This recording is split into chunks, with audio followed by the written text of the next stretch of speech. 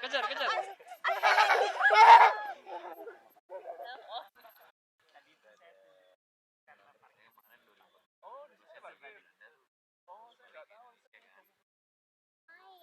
Sudah dihubungi Mas? Sudah dihubungi kakak Mas? Ya, hari ini kita ada IMEA. Setelah sekian lama kita nggak ada IMEA. Jadi kumpul-kumpul di antara teman-teman Muslim di NCGD. Setelah terakhir itu awal tahun 2020 nggak salah. Setelah itu ada pandemi corona dan baru hari ini bisa kumpul bersama makan-makan. Bismillahirrahmanirrahim. Assalamualaikum warahmatullahi wabarakatuh. Innalhamdulillah nahmaduhu wa nasta'inuhu wa nastaghfiruh wa na'udzu billahi min shururi anfusina wa min sayyiati a'malina man yahdihillahu fala mudilla lahu wa man yudlil fala hadiya lahu. Asyhadu an la ilaha illallah wahdahu la syarika lahu wa asyhadu anna Muhammadan abduhu wa rasuluh. Alhamdulillah, bapak-bapak, ibu-ibu, mas dan mbak-mbak semuanya, kita berhasil dipertemukan lagi ya. Dan alhamdulillah kita ada di lokasi yang menyenangkan dan cozy begitu ya. Dan ini semuanya juga dalam keadaan sehat walafiat, dan semuanya karena kemudahan yang diberikan Allah Subhanahu wa taala kepada kita, yang itu wajib kita syukuri. Dan salah satu bentuk syukurnya adalah kemudian menggunakan kenikmatan yang ada untuk taat kepada perintah-perintahnya. Alhamdulillah, hari ini kita cukup banyak yang hadir. Ada wajah-wajah baru, ada wajah-wajah lama, tapi semuanya bisa langsung bergabung, berbaur menjadi satu. Dan semoga yang kita usahakan di kesempatan pagi menjelang siang ini mendapatkan keberkahan ya dari Allah Subhanahu wa taala. Amin. Pertama, karena ini bentuknya adalah pengajian bulanan dan silaturahim. Insya Allah silaturahimnya nanti akan kita dan sudah kita mulai sejak kita datang di sini ya, dan akan kita lanjutkan sampai kita selesai nanti. Kemudian untuk pengajiannya, alhamdulillah kita sudah kedatangan guru kita, Al-Ustadz Muhammad Yasir Muzayyan Haq gitu ya, yang kita datangkan dari kalian haji enggak? Haji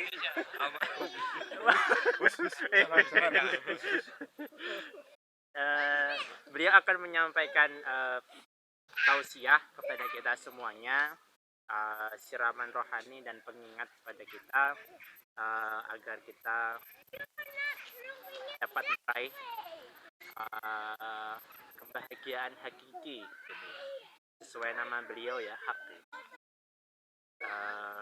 Namun sebelumnya kita ada baiknya untuk memulai acara ini dengan bacaan basmalah, Bismillahirrahmanirrahim. Kemudian tilawah Ali Imran ayat 130. Dan kamu benar-benar mengharap mati syahid sebelum kamu menghadapinya, maka sekarang kamu sungguh telah melihatnya dan kamu menyaksikannya. Wahai orang-orang yang beriman, jika kamu menaati orang-orang yang kafir, niscaya mereka akan mengembalikan kamu ke belakang, murtad. Maka kamu akan kembali menjadi orang yang rugi. Tetapi hanya Allah lah pelindungmu dan Dia penolong yang terbaik. Akan kami masukkan rasa takut ke dalam hati orang-orang kafir karena mereka mempersekutukan Allah dengan sesuatu yang Allah tidak menurunkan keterangan tentang itu. Dan tempat kembali mereka ialah neraka, dan itulah seburuk-buruk tempat tinggal bagi orang-orang zalim. Kepada Al-Ustadz Al-Mukarram, tafadhal masykuro. Silakan. Alhamdulillah kita bisa berkumpul di sini hari ini ya. Sebelumnya kita ini baru berarti pengajian yang resmi lah gitu setelah lockdown ya. Kemarin selama lockdown tidak ada pengajian karena tidak boleh berkumpul gitu ya. Kemudian bulan lalu kita baru bisa berkumpul lagi gitu, dan ini yang IMEA khusus gitu ya. Sebelumnya ada PPI juga. Jadi alhamdulillah gitu kita dapat tempat. Wah, itu ada di atas tuh. Wis, man. Pengajian ini Pengajian gimana? Iya. niat banget ya dananya ya. Iya, maaf ya. Saya nggak kelihatan mas. Berapaan itu dihitungnya per karakter ya. Oke, ya jadi ini apa kumpul pertama, mudah-mudahan nanti semakin mendingin cuacanya, mudah-mudahan kita dapat tempat indoor lah ya, mudah-mudahan, karena nggak mungkin kalau di luar. Paling nggak coba ya. Oh ya, alhamdulillahirobbilalamin. Harusnya dia corona measure. Wassalatu wassalamu ala asrofil anbiya wal mursalin wa ala alihi washabihi ajmain. Pegang batu. Alhamdulillah ya kita masih bisa berkumpul di sini. Sebelumnya kita haturkan sholawat dan salam kepada Nabi Muhammad SAW beserta para keluarga dan pengikutnya sampai akhir zaman, insyaallah. Oke, jadi saya bukan Al Ustadz yang pertama. Ya, saya ini aja sharing aja nih. Kebetulan ada materi menarik yang pernah saya simpan zaman dulu guys ya. Jadi ini materi sharing tentang yang saya temuin aja gitu di internet, kemudian dapat ceramah, yaitu tentang 7 kunci kebahagiaan. Jadi ini 7 kunci kebahagiaan ini yang menyimpulkannya Sayyidina Ali bin Abi Thalib bin Abdul Muthalib. Jadi Sayyidina Ali ini yang saya ingatkan lagi ya, mungkin udah teman-teman udah tahu. Jadi beliau ini keponakan Nabi Sallallahu Alaihi Wasallam. Jadi Nabi ini kan punya kakeknya Nabi itu kan Abdul Muthalib ya. Nah, Abdul Muthalib ini punya anak Abu Thalib selain ayahnya Nabi Muhammad ya, Abdullah. Nah, Abu Thalib ini punya anak Ali. Jadi namanya Ali bin Abi Thalib. Jadi masih keponakannya Nabi Muhammad gitu ya. Sepupu. Tapi beliau jauh lebih muda gitu kan. Sehingga waktu Nabi Muhammad SAW menjadi nabi umur 40 tahun, beliau ini umurnya masih sekitar 7, ada yang bilang 8. Tapi waktu itu beliau sedang diasuh oleh Nabi Muhammad. Jadi umur masih kecil. Nah, kalau di Indonesia kan biasanya ini ikut tinggal sama ini sepupu atau sama pamannya gitu ya. Nah, waktu itu ketika Nabi Muhammad pertama dapat wahyu, Sayyidina Ali itu sedang dirawat gitu ya di rumahnya gitu. Kemudian Ali bin Abi Thalib ini juga menantunya Nabi Muhammad, karena beliau ini suaminya Fatimah Az-Zahra. Jadi Fatimah nih anaknya Nabi Muhammad ya, yang perempuan. Kemudian, nah yang uniknya itu ketika pertama Nabi Muhammad mendapat wahyu, oh ya sambil ngemil enggak. Yang Ali ini salah satu yang pertama masuk Islam, karena kan di satu rumah gitu ya, satu rumah ada Khadijah, ada Ali. Nah, itu termasuk orang-orang yang pertama masuk Islam. Jadi yang ada di rumahnya Nabi Muhammad saat itu. Tapi ayahnya Ali, ayah Sayyidina Ali ini, yaitu Abi Thalib ini, beliau ini tidak masuk Islam. Jadi dia tetap Abu Thalib. Abu Thalib ini tidak memeluk Islam, tapi beliau tetap mendukung dan melindungi Nabi Muhammad. Jadi salah satu yang sangat menyayangi Nabi Muhammad dan sangat disayangi, tapi beliau tidak meyakini Islam. Ada pembahasan khususnya, itu panjang ya Mas Ian dan kawan-kawan.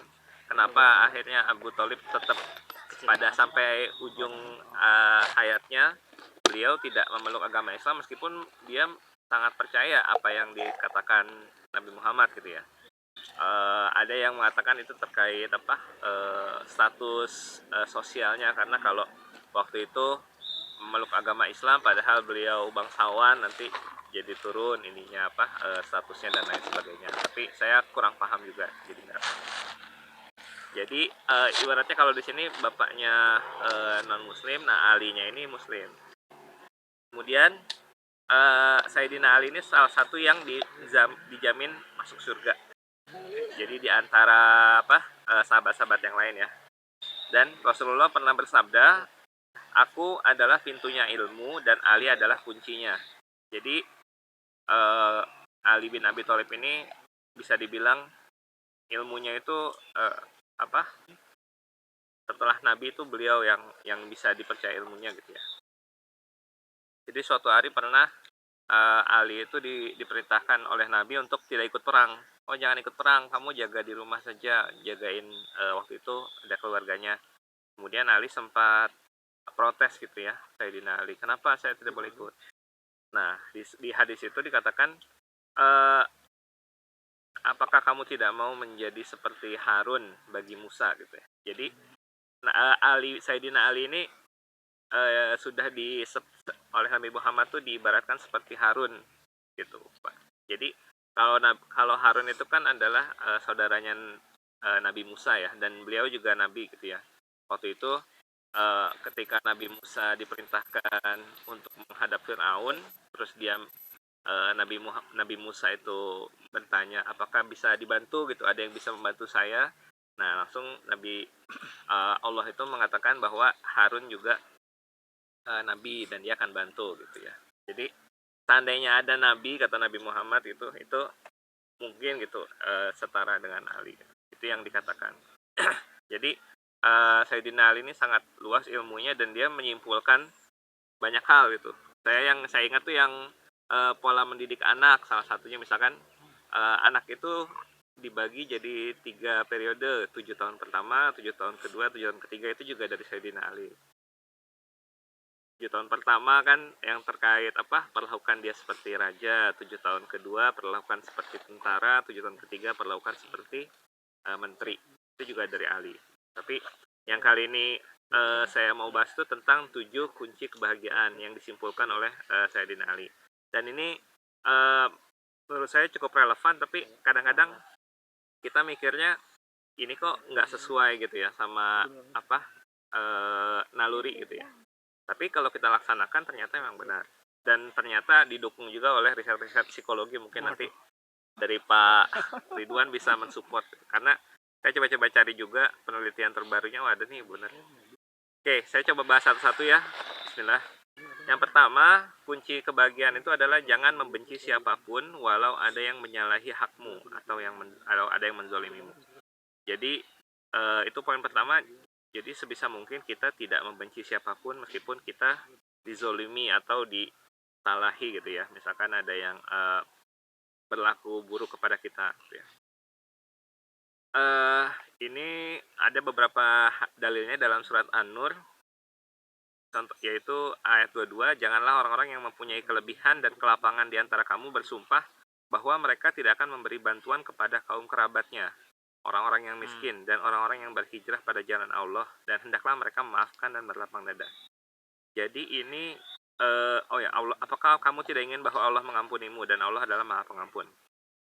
Kalau tidak salah ini asal muasal kenapa ayat ini turun pada saat Abu Bakar itu kan teman karibnya Nabi Muhammad. Beliau punya anak namanya Aisyah yang akhirnya menikah dengan Nabi Muhammad. Nah kemudian Aisyah ini sempat dituduh berzina waktu itu. Jadi ada beberapa orang yang membenci Nabi Muhammad dan dia menuduh Aisyah ini berzina. Waktu itu Abu Bakar sangat membenci gitu ya salah satu dari keluarganya atau dari istrinya, saya lupa. Sampai-sampai dia bersumpah bahwa saya sangat benci terhadap kamu dan saya tidak akan menafkahi kamu lagi gitu ya. Lalu turun ayat ini. Jadi meskipun ada yang menzolimi kita, kita tidak boleh sampai membencinya gitu. Kemudian ini disambung lagi dengan Ali Imran ayat 134 yang tadi dibaca kita gitu ya, yaitu orang-orang yang siapakah orang-orang bertakwa, yaitu orang-orang yang berinfak di waktu lapang maupun sempit, dan orang-orang yang menahan amarahnya dan memaafkan kesalahan orang lain. Nah, jadi itu ciri-ciri orang bertakwa juga. Jadi ketika kita dizolimi, kita memaafkan.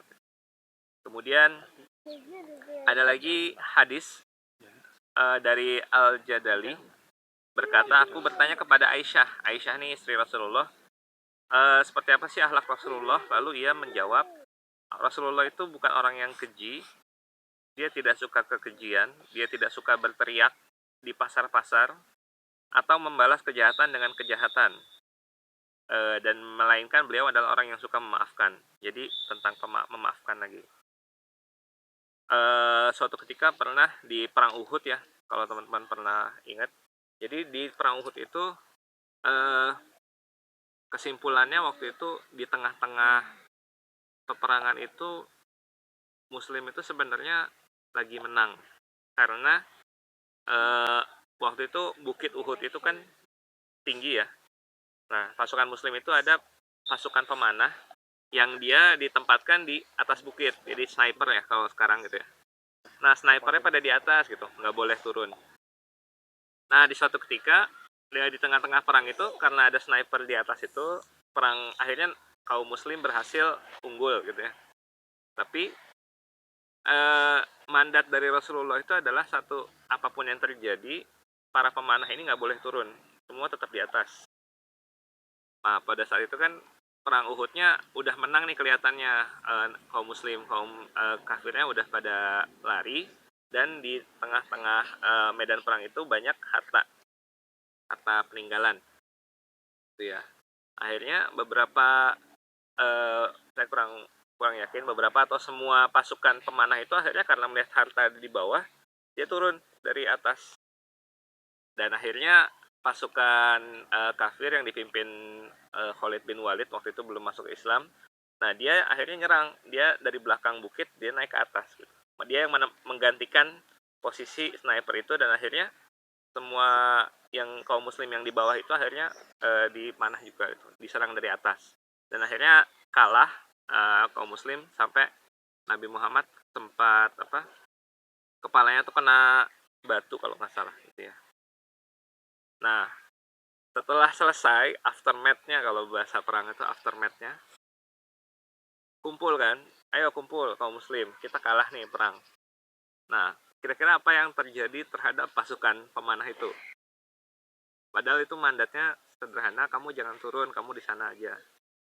Akhirnya Nabi Muhammad pas mau memanggil mereka, tiba-tiba turun satu ayat tentang saya lupa ayatnya. Intinya, jadi bagaimana Rasulullah itu harusnya berlaku baik gitu ya, berlisan yang lembut, dan akhirnya beliau maafkan. Dan setelah itu bahkan orang-orang ini tetap dimintai pendapatnya gitu. Padahal kalau ada pengkhianat perang itu pasti udah dihukum. Dan ada juga kisah nenek Yahudi yang suka melempari kotoran Nabi Muhammad gitu ya, suka dilempari. Padahal beliau buta, tunanetra, dan ketika tahu ternyata yang sering memberi makan beliau adalah Nabi Muhammad gitu ya, dia akhirnya masuk Islam. Jadi banyak contoh-contoh dari Nabi Muhammad dan sahabat. Dan ternyata juga ini ada riset terbaru juga, saya coba biar relevan gitu ya, oleh Tausian Worthington di 2015. Dia membuat buku tentang forgiveness and hope.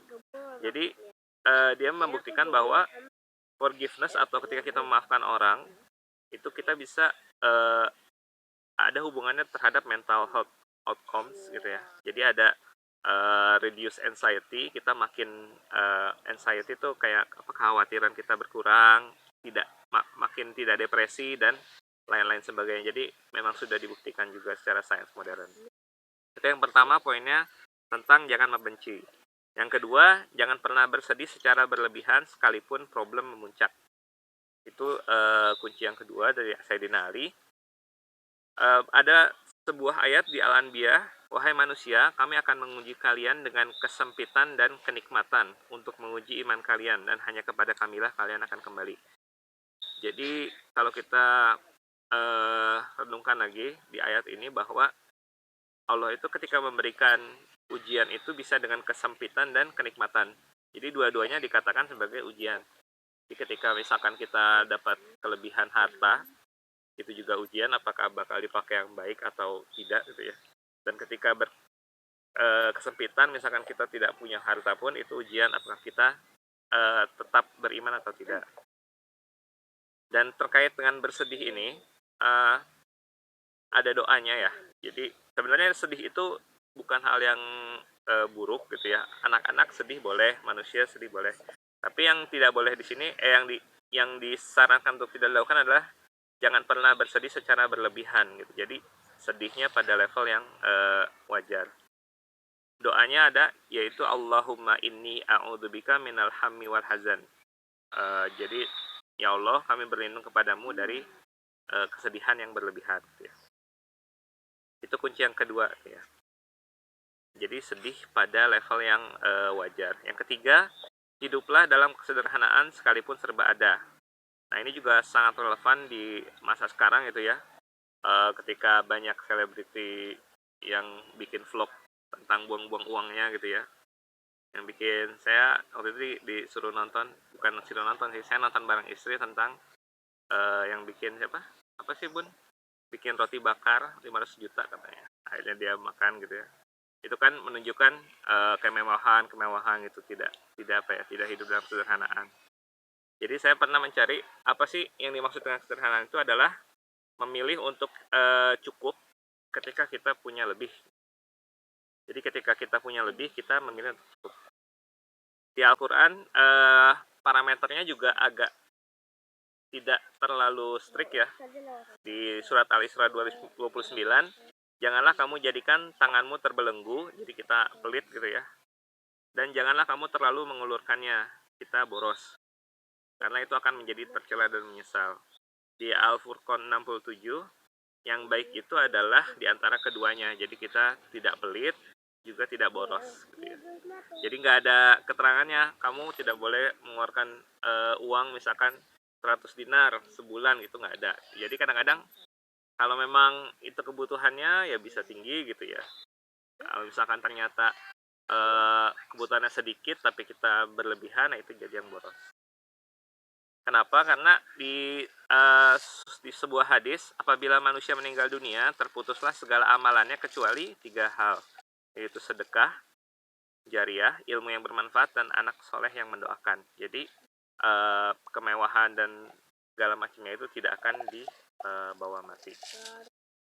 Kunci keempat ialah berbuatlah kebaikan sekalipun banyak musibah. Ini juga dibahas tadi di ayat Ali Imran, bahwa orang bertakwa itu adalah yang berbuat baik gitu ya, meskipun dalam kesulitan. Sebuah hadis yang saya dengar waktu itu waktu kuliah ya, barang siapa yang melepaskan suatu kesusahan seorang mukmin, pasti Allah akan melepaskan darinya satu kesusahan pada hari kiamat. Barang siapa yang menjadikan mudah urusan orang lain, pasti Allah akan memudahkannya di dunia dan di akhirat. Barang siapa yang menutupi aib seorang muslim, pasti Allah akan menutupi aibnya di dunia dan di akhirat. Allah senantiasa menolong hambanya, selama hamba itu suka menolong saudaranya. Jadi ini jelek ya waktu itu ya, kalau waktu zaman kuliah itu kita berlomba-lomba ngerjain skripsi paling awal waktu itu, saya ingat. Dan tiba-tiba lagi taraweh terus dengar ayat ini tuh langsung oh kamu kalau skripsimu mandek gitu atau tesismu mandek, kamu jangan berusaha nyelesain sendiri aja gitu, tapi coba bantuin orang supaya tiba-tiba ini nanti kamu dikasih jalan keluarnya gitu. Jadi kadang-kadang kalau misalkan kita lagi punya masalah, malah kita jangan fokus ke situ, malah kita berbuat kebaikan ke yang lain. Ini hadisnya tentang ke arah sana ya. Kemudian yang kelima, perbanyaklah memberi walaupun Anda sedang susah. Itu di Ali Imran 134 tadi. Jadi ketika kita memberi, ketika sedang susah, itu bisa pahalanya lebih besar daripada ketika kita sedang berlebih. Sebuah hadis dikatakan 1 dinar itu bisa mengalahkan 100 dinar, kata Nabi Muhammad. Ketika 1 dinar ini sedekahkan oleh orang yang hanya mempunyai 2 dinar. Jadi kalau dia hanya punya 2 dinar dan dia mensedekahkan 1 dinar, maka pahala itu lebih banyak daripada orang yang punya banyak dinar dan dia mensedekahkan 100 dinar. Jadi lagi-lagi keindahan Islam tuh menyatakan bahwa bukan jumlahnya tapi seberapa besar usahanya. Dan kalau kita lihat ke risetnya pun terkait generosity ini juga sudah terbukti dia bisa meningkatkan mental health ya atau well-being. Nanti dikonfirmasi oleh Syekh Ridwan Toto. Yang keenam, kuncinya tersenyumlah walaupun hatimu sedang menangis. Nah ini agak berat. Ada lagunya itu. Ada ya. Jadi asal jangan selang-seling gitu ya. Asal jangan selang-seling gitu, senyum nangis itu agak kenapa-napa.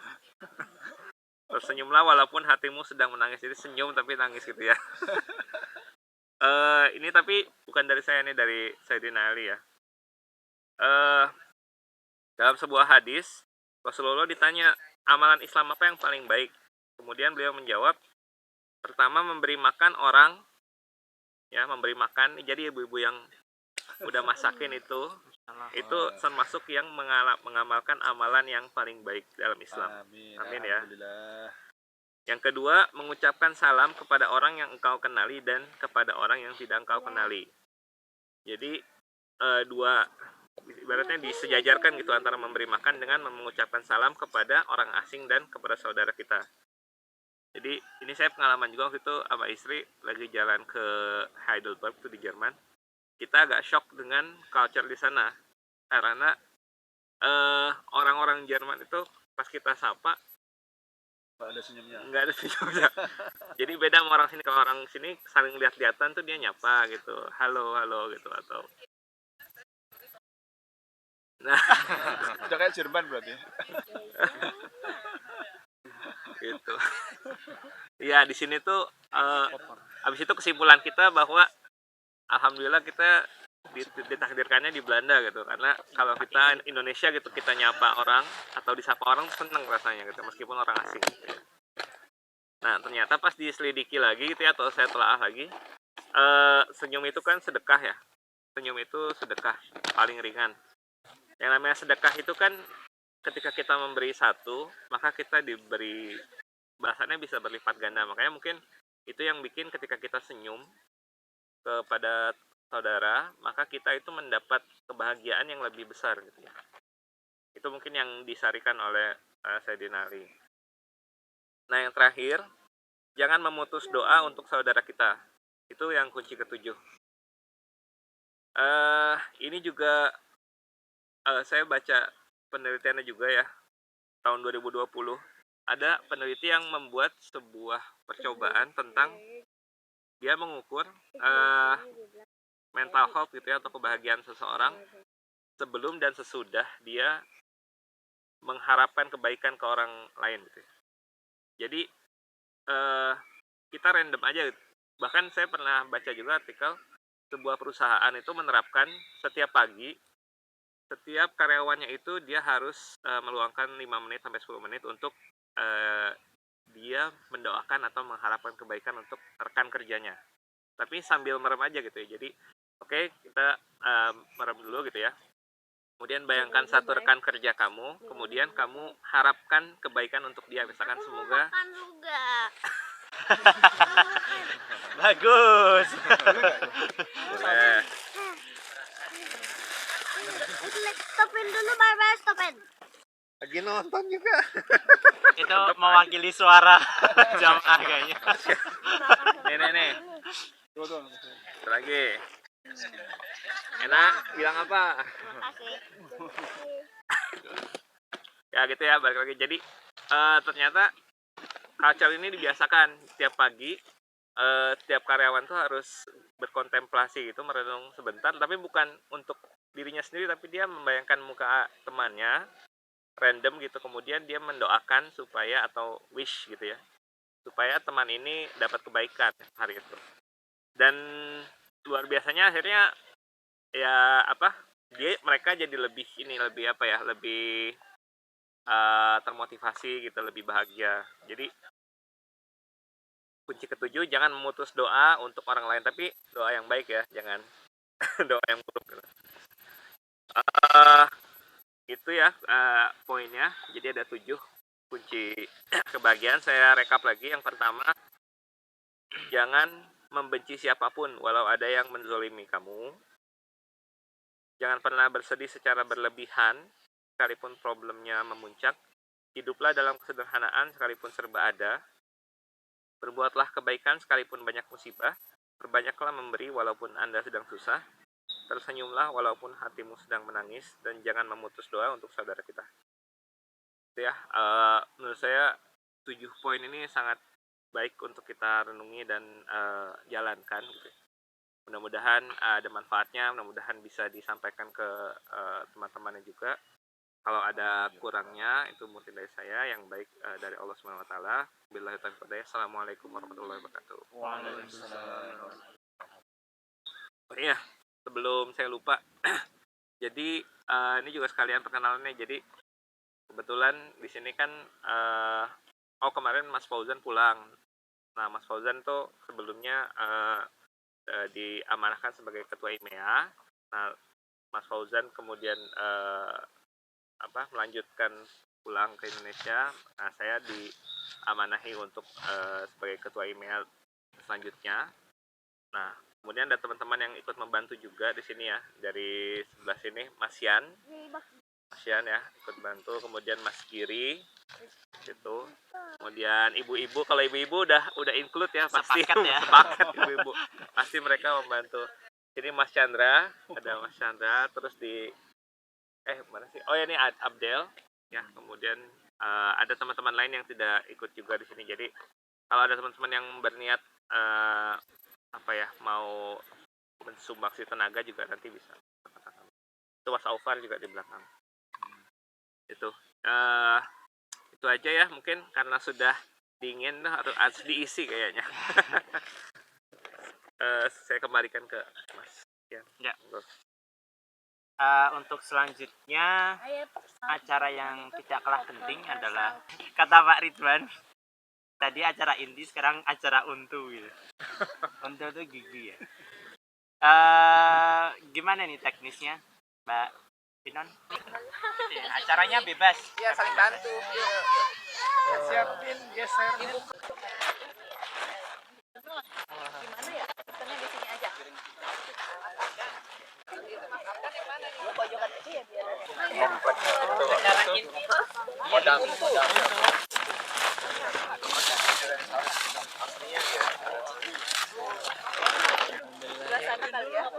Ini apa nih?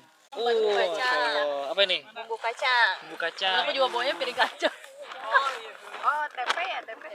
Mana tempenya? Makan dong. Oh, itu apa tuh? Ayam. Buka dulu. Bakwan apa bala-bala? Tergantung di mana. Di mana ya? Nyampe Bandung jadi bala-bala. Wah, itu tuh. Bandung mantep banget deh. Pegang tasin dulu. Kenapa iya nih? Iya nih. Bilang Sebelum raib, sebelum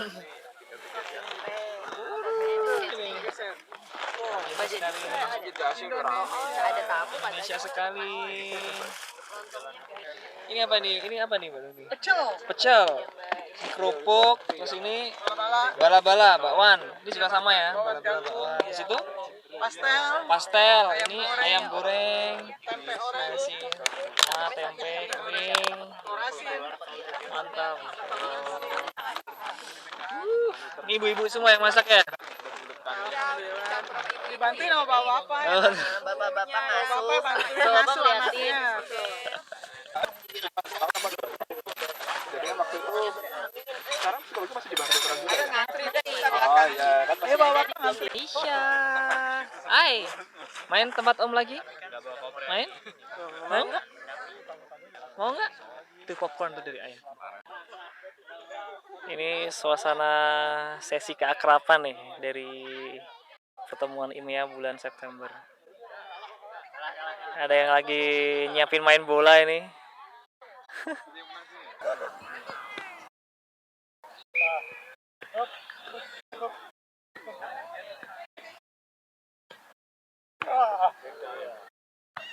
Gak punya bola.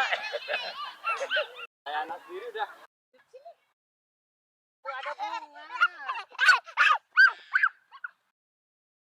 Askia, what are you doing? I'm digging a hole. Digging a hole. No, she's not digging a hole. What are you She's looking just for? playing with the water, with the dirt. But if you don't do what Captain Barra says, he'll put you in detention. Ini juga ada teman-teman yang lagi pada ngobrol. Pak, ini kita ngapain ini, Pak? Oh, alhamdulillah kita tadi ada pengajian IMEA keluarga Belanda di Enschede. Insya Allah memperkuat silaturahmi, terutama dengan teman-teman baru yang datang. Oke, siap. Mantap ya, Pak ya. Tadi makan banyak, Pak. Alhamdulillah Mas, ada pecel di sini. Oh, Saya dapat 3 porsi. luar biasa. Masya Allah. Kak Azi ya? Dari mana? Aslinya dari mana? Dari Singapura. Singapura. Oke. Gimana Mbak lihat kebersamaan orang-orang Indonesia ini? Luar biasa nggak? Alhamdulillah bersyukur saya. Ya karena udah lama tinggal di Belanda, di Enschede, baru ketemu ya keluarga Islam. Kok bisa nemu sih Mbak? Kok bisa nemu orang Indonesia di sini? Jika pilihan Akhirnya ada nemu IMEA itu gimana? Itu dari Ustadz Pak Hamdi. Oh, Nah, jadi dari situ, jadi Bu Sofinya bilang nanti kita tiap bulan ada pengajian. Ya dari situ. Ya jadi pertama kali ke pengajian masuk dalam ya. Lihat. Mana ini semuanya disembunyi selama ini kan? Nah, jadi bersyukur aman bersyukur. Aduh. Ya, dipertemukan sama saudara-saudara. ya alhamdulillah. Terima kasih. Ini mau dibungkusin buat dibagi-bagiin. Biasanya budaya di IMEA itu masakannya banyak. Pulang-pulang bawa makanan. Harusnya kayak yang tadi apa? Mantap. Iya. Ini propertinya yang kecil ini ya, yang gede. Jadi terbayarkan ya capeknya habis. Nah, gimana acara hari ini Mas? Alhamdulillah. Alhamdulillah lancar dan tidak, yang penting nggak hujan, dan yang penting makanannya cukup berlebih. Lumayan lah yang ikut, alhamdulillah. Semoga nextnya bisa dapat yang indoor juga ya. Siap. Amin, amin. Assalamualaikum warahmatullahi wabarakatuh.